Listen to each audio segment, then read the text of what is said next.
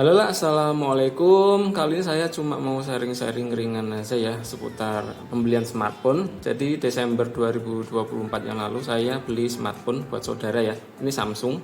Jadi saudara minta belikan atau carikan HP Samsung di harga 2 jutaan. Dan saya ketemu HP Samsung A15 ini ya. Samsung A15 di marketplace, saya cek-cek di official store-nya itu sudah nggak ada. Adanya yang 5G, harganya 3 jutaan. Nah, di sini ada yang jual 2 jutaan. Ini Samsung A15 yang Helio G99 ya. Sekali lagi ini permintaan dari saudara saya, maunya yang Samsung.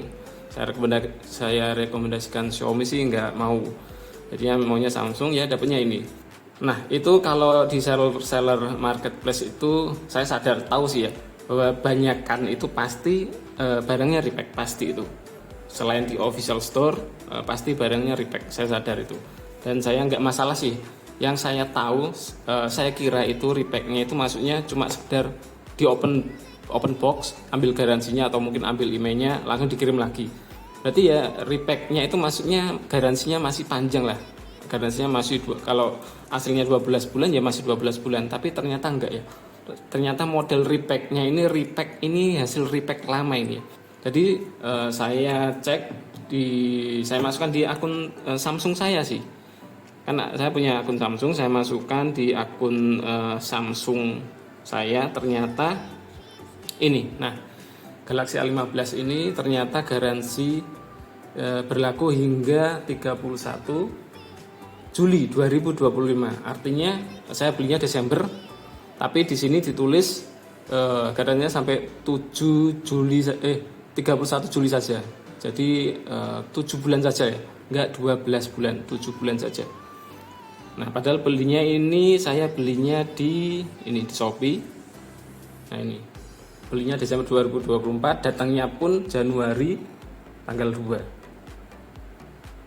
Januari 2025 tanggal 2. Ini ya asli. Ini dari Shopee. Nah, yang lebih parah lagi, ternyata waktu saya cek di service center ini garansinya habisnya di 22 April.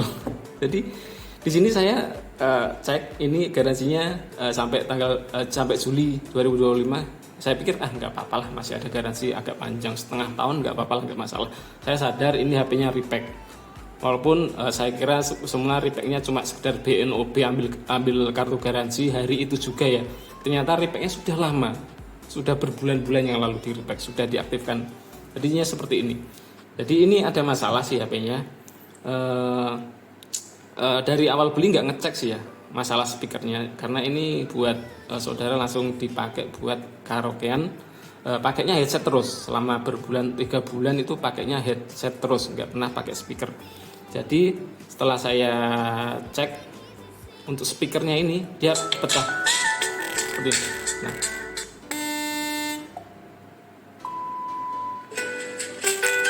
pecah. Ini volume 70% ke atas itu pecah. Nah, saya akhirnya berpikiran ini kan masih garansinya pun masih Juli ya. Jadi April 2025 ini mumpung masih garansi, saya klaim garansi ke service center Samsung. Nah, dan ternyata di sana dicek, service centernya ngecek, ternyata ini HP-nya sudah aktif sejak April 2024.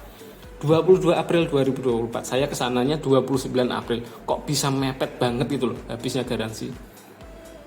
Jadi di sana nggak saya foto sih ya. Intinya HP Samsung ini dari catatan service center Samsung itu, HP ini dikeluarkan di 22 April 2024. Jadi saya kesananya 29 April sudah habis garansinya. Dikeluarkan, nggak tahu, saya nggak tanya-tanya lebih lanjut ya, nggak tahu dikeluarkan dari gudang atau gimana, kok beda-beda gitu loh. Jadi saya belinya Desember 2024, setelah saya masukkan ke akun Samsung garansinya sampai Juli 2025, setelah saya cek keasliannya langsung ke service center, ternyata garansinya sudah habis di April 2025. Berarti HP ini sudah di-repack berbulan-bulan lah. Nah, untuk proses klaimnya ini ya agak ribet juga sih ya. Soalnya di sini saya beli online dan nggak dikasih nota sama sellernya juga. Dan mereka kalau mau garansi wajib ada notanya dan disertakan notanya itu ada emailnya, HP-nya. Cuma di sini yang saya sayangkan ini ya, fungsinya ini itu buat apa? Jadi ketika kita beli HP Samsung, kita daftarkan ke akun Samsung, di sini tertulis garansi sampai berlaku hingga. Dan ternyata butuh verifikasi lagi lewat service centernya. Dan ini nggak berlaku, ini nggak bisa dijadikan patokan nih ternyata. Nah, ini fungsinya buat apa? Kalau kita harus konfirmasi lagi ke service center Samsung buat garansinya. Ini fungsinya buat apa? Nggak tahu juga. Ini kalaupun kita masukkan device kita di akun Samsung kita, nggak usah dikasih garansi. Ini nggak masalah malahan ya. Ini sudah dikasih garansi, ada ditunjukkan garansi berlaku hingga. Tapi ketika diklaim garansi, ternyata garansinya nggak sama dengan yang tercantum di akun Samsung ini.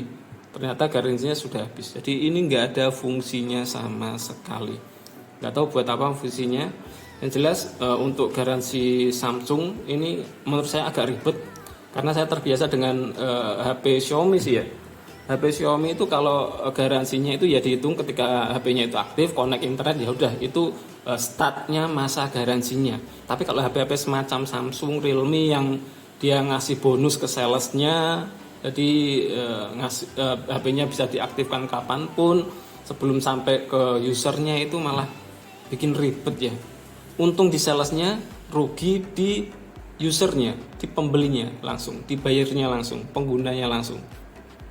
Harganya memang lebih murah, terpaut 400 ribuan, tapi ya saya kira itu tadi garansinya masih panjang, soalnya di deskripsi produknya, sellernya tercantum itu harganya, garansinya itu ya masih 12 bulan, ternyata garansinya cuma 4 bulan saja. Ini butuh konfirmasi lagi dari sellernya, tapi karena saya belinya online ya agak ribet, harus tanya sana tanya sini, belum lagi kalau slow respon sellernya ya mau gimana lagi.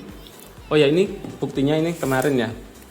Jadi ini saya ke Samsung Service Center, ini dicek yang problem kan speaker pecah ini ya. Ini saya kasih tahu ya.